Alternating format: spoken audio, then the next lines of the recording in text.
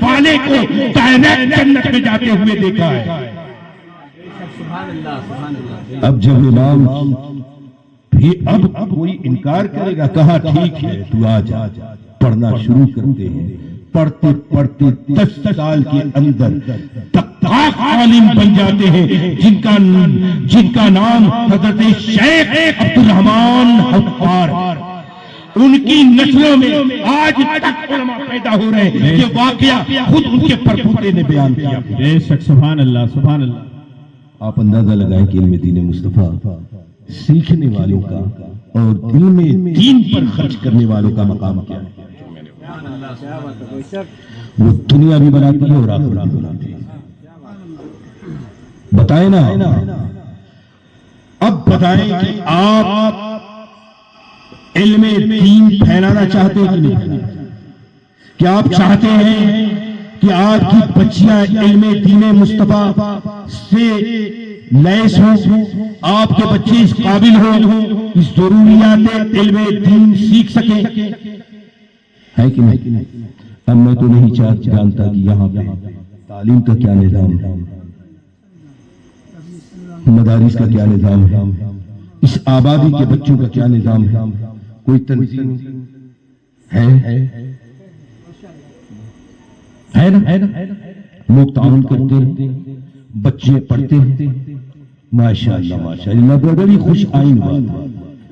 نوجوان نسلیں سیکھ رہی ہیں، شوق بیدار ہے کہ نہیں؟ آپ اسے امپروو کیجئے، کوشش کیا آپ کی پوری آبادی کی ہونی چاہیے کہ ایک بچہ بھی، ایک بچی بھی علم دین سے دور نہ ہو سکے۔ آج بچوں سے زیادہ برے حالات ہماری بچیوں کے ہیں، پورے ملک میں ہماری بچیاں ارتداد کے راستوں میں، ارتداد کے راستوں کو اپنا رہی ہیں۔ کم و بیش میرے علم میں جو ہے 12,80,000 ہماری قوم کی بچیوں نے اپنے مجسٹریٹ میں یہ درخواست دے دیا ہے کہ ہم رام کمار سے نکاح کریں گے، شادی کریں گے، ہم رام کمار کی بیوی بنیں گے۔ آج ہر علاقے میں، ہر آبادی میں کھلے عام ارتداد کے راستوں میں بچیاں جا کے غیر مسلموں کی بیویاں بن رہی ہیں، ارتداد کے راستوں پہ چل رہی ہیں، وہ اپنے دھرم کو چھوڑ رہی ہیں۔ آپ بتائیے یہ ہمارے لیے ڈوب مرنے کی بات ہے کہ نہیں؟ ہمارے لیے ڈوب مرنے کی بات ہے کہ نہیں ہے؟ یہ ہوا کیا؟ ہر علاقے، ایم پی، اتر پردیش، بنگال، بہار اور یہ آپ کے راجستھان کی بھی ہے۔ آپ بتائیں نا، یہ بات سچ کہہ رہا ہوں کہ نہیں کہہ رہا ہوں؟ یہ خبریں آپ سوشل میڈیا پہ دیکھتے ہیں کہ نہیں دیکھتے؟ آخر وجہ معلوم ہے آپ کو کہ آپ نے کیوں ایسا؟ وجہ کیا ہے؟ سبب کیا ہے؟ سبب کیا ہے؟ ہماری بیٹیاں غیروں کے ساتھ کیوں بھاگ رہی ہے؟ اس پہ کبھی ہم نے سوچا ہے؟ RSS نے، بجرنگ دل نے منظم پلاننگ کی ہے کہ ان کی بہو اور بیٹیوں کو، ان کی بچیوں کو پکڑو، ان کے ساتھ 6 مہینے عیش کرو اور 6 مہینے 1 سال کے بعد یا تو انہیں کوٹھوں پہ بیچ دو یا تو ان کا مرڈر کر کے کسی نالے اور گٹر میں ڈال دو۔ یہی ہو رہا ہے، ہو رہا یہی۔ میں نے بڑا غور کیا، آخر وجہ کیا ہے، سبب کیا ہے؟ 2 ریزن مجھے ملا۔ ایک تو یہ کہ میں نے کم از کم 200-250 بچیوں پہ کام کیا، ان سے انٹرویو لیا، 2 چیزیں سامنے آئیں۔ پہلی چیز وہ آئی کہ حضرت ہم نے شوق سے نہیں کیا، ریکوری بھی کرایا۔ ایسا ہوا ہماری کوئی غیر مسلمہ فرینڈ تھی، اس کی دوستی ہوئی، اس سے بات چیت کیے، پھر اس نے اپنے کزن سے ملایا، اپنے دوست سے ملایا، پھر اس نے نمبر کا ٹرانسپیرنٹ ہوا، تبادلہ ہوا، اور پھر اس کے بعد کالیں آنے لگی، میسج آنے لگے، فون ہوئے، پھر تصویریں مانگی گئی، ہم نے تصویریں دی، پھر ویڈیو مانگے گئے، پھر ویڈیو کالنگ ہوئی، پھر وہ ہم نے جو تصویر دی تھی وہ اس کے بعد جب بات بڑھنے لگی تو نیم اڑیا ہم نے اپنی تصویریں دکھا دی۔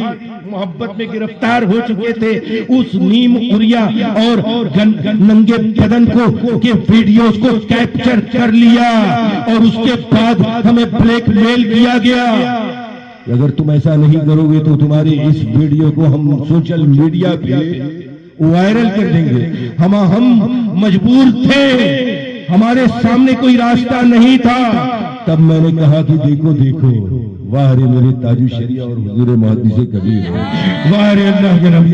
خدا کی قسم 99% جو بچیاں ارتداد کے راستوں میں جا رہی ہیں وہ صرف اور صرف تصویر کشی اور ویڈیو گرافی کی لعنت میں ملوث ہو کے جا رہی ہیں. میں نے کہا بارے میرے تاج الشریعہ کا عمل, محدث کبیر کا عمل, حضور مفتی اعظم ہند کا عمل, حضور سیدی اعلیٰ حضرت کا عمل, یعنی مسلک اعلیٰ حضرت کا یہ سلوگن ہے کہ تصویر کشی حرام ہے, ویڈیو کشی حرام ہے. یہ دیکھو جو اس پہ عمل کرتا ہے اس کی بیٹیاں بھی سلامت ہے, اس کی بہویں بھی سلامت ہے. جو اس سے روگردانی کرتا ہے اس کی بیٹیوں کی عزت نیلا. 99% میرا سروے ہے, میں دعوے سے کہتا ہوں خدا کی قسم یہ ویڈیو اور تصویر کشی کے عوض میں وہ برباد ہو. تو پتہ چلا کہ اپنی آبرو کو اگر سلامت رکھنا ہے, اپنے بچوں کی قدروں کو پامالی سے بچانا ہے, ایمان و عقیدے کو بچانا ہے, تو مسلک اعلیٰ حضرت پہ قائم و دائم ہو جائے. سرکار سیدی تاج الشریعہ کے فرمان کو اپنے گھروں میں لکھ کے ٹانگ دو, آپ کی نسلیں بھی محفوظ رہیں گی. مانتے ہیں کہ نہیں, تسلیم کرتے ہیں کہ نہیں کرتے؟ اب سوال ہوتا ہے یار اعتراض کرتے ہیں مسلک اعلیٰ حضرت, یہ کیا نیا, یہ کون سا نعرہ ہے؟ نعرہ کون سا؟ مشرب تاج الشریعہ. سوال ہوتا ہے کہ نہیں, کھل کے بولیے نا میرے بھائی, اعتراض کرتے ہیں کہ نہیں, ہے نا, اس کو میں سمجھا دوں, سمجھ جائے. آج سے 50 سال 60 سال کے لوگ تو ہوں گے نا جن کو 40 سال 50 سال پہلے کی بات یاد ہوگی نا, ہمارے ضعیف لوگ. آپ کھل کے بتائیں چچا, سامنے بیٹھے آپ, 40-45 سال پہلے ہم بوتل میں پانی پیتے تھے, کیا پیتے تھے؟ ارے بھائی نل کا پانی پی لیتے تھے, یہ آج بوتل میں پیکنگ پانی کیوں ہے؟ آج ہم شاپنگ کرنے جاتے ہیں تو دیکھتے ہیں کہ بھائی یہ برانڈڈ ہے کہ نہیں, کھانا پینے کی چیزوں کو دیکھتے ہیں کہ اس پہ ISI کا مارکا لگا ہے کہ نہیں. ISI یہ گورنمنٹ کا وہ محکمہ ہے جو پیوریفائی کرتا ہے, سند دیتا ہے کہ this is product is very best for health. ٹھیک ہے نا, وہ ISI کا ٹھپا لگ جاتا ہے تبھی وہ پروڈکٹ مارکیٹ میں چلتا ہے, نہیں تو وہ ان ریکگنائز ہوتا ہے, غیر قانونی ہوتا ہے, اسے کوئی خریدتا نہیں. کوئی بھی دیکھیں گے ISI, پانی ہے ISI, کھانا ہے ISI, پیکنگ چیز ہے ISI. کیوں بھائی؟ اس میں دوست ایک محکمہ ضرور ہوتا ہے جو پیوریفائی کرتا ہے, جو ملاوٹوں سے پاک چیزوں کو, آزاد چیزوں کو وہ ویریفائی کرتا ہے کہ یہ چیز صحیح ہے نا. اب ایک دور اور وہ آ گیا کہ انفیکشن باڈی میں ہونے لگا. ریسرچرز نے یہ پتہ لگایا تو پتہ چلا پانی جو ہے انفیکٹڈ ہو گیا ہے, اس میں جراثیم آ چکے ہیں. لہذا اب ایک پلانٹ لگایا گیا, اس پلانٹ میں گندے پانی جاتے ہیں اور اس سے صاف پانی نکلتا ہے. اس پلانٹ کو پیوریفائی مشین کہتے ہیں. آپ بھی اپنے گھروں میں RO مشین لگائے نا, کیوں لگائے بھائی؟ 10 سال پہلے تو نہیں تھا, سب تو یہی پانی پیتا تھا. تو برانڈڈ پانی, پیکنگ, یہ فلٹر پانی کیوں پی رہے ہیں؟ تو آپ کہیں گے کہ دیکھو ہم اس لیے پی رہے ہیں بوتل کا پانی اور فلٹر کا پانی کہ پانی گندا ہو چکا ہے, پانی میں طرح طرح کے انفیکشن آ چکے ہیں, یہ مشین وہ ہے جو مشین گندگیوں کو نکال دیتا ہے، گندگیوں کو انفیکشن کو نکال کے خارج کر دیتا ہے اور صاف پانی ہمیں پرووائڈ کرتا ہے۔ گندا پانی پیئیں گے تو ہمارا ہارٹ متاثر ہوگا، ہمارا لیور فیل ہوگا، ہمارا کڈنی فیل ہو جائے گا، ہمارے خون میں انفیکشن ہوگا، ہم بیمار ہو جائیں گے، مر جائیں گے۔ اس لیے ہم صاف پانی، فلٹر پانی، ISI کا ٹپا لگا ہوا پانی پیتے ہیں تاکہ ہم ہیلتھی رہیں۔ یہی نہ دعویٰ دیں گے؟ اسی طرح ٹھیک ہے اہل سنت والجماعت کے نام سے شروع سے جانتے تھے، مگر ایک دور آیا کہ اس میں عقیدے میں ملاوٹ ہونے لگی، اللہ کے نبی صلی اللہ علیہ وسلم کی شان میں گستاخیاں ہونے لگی، نبی اور صحابہ تابعین کے عقیدوں سے انحراف کیا جانے لگا، یہودیوں کی سازشوں سے ایسے ایسے علماء خریدے گئے جو مسلمانوں کے عقائد کو برباد کریں، ان کے اعمال کو برباد کریں، نبی کی شان میں گستاخیاں ہونے لگی اور دیوبندیت کی ایک جماعت پیدا ہوئی، وہابیت کی ایک جماعت پیدا ہوئی، قادیانیت کی مختلف اذہان کے لوگ جن کا ایمان نہ سلامت نہ عقیدہ سلامت، ایسے ایسے عقائد اور نظریات کو دنیا میں پھیلانے لگے جس سے ایمان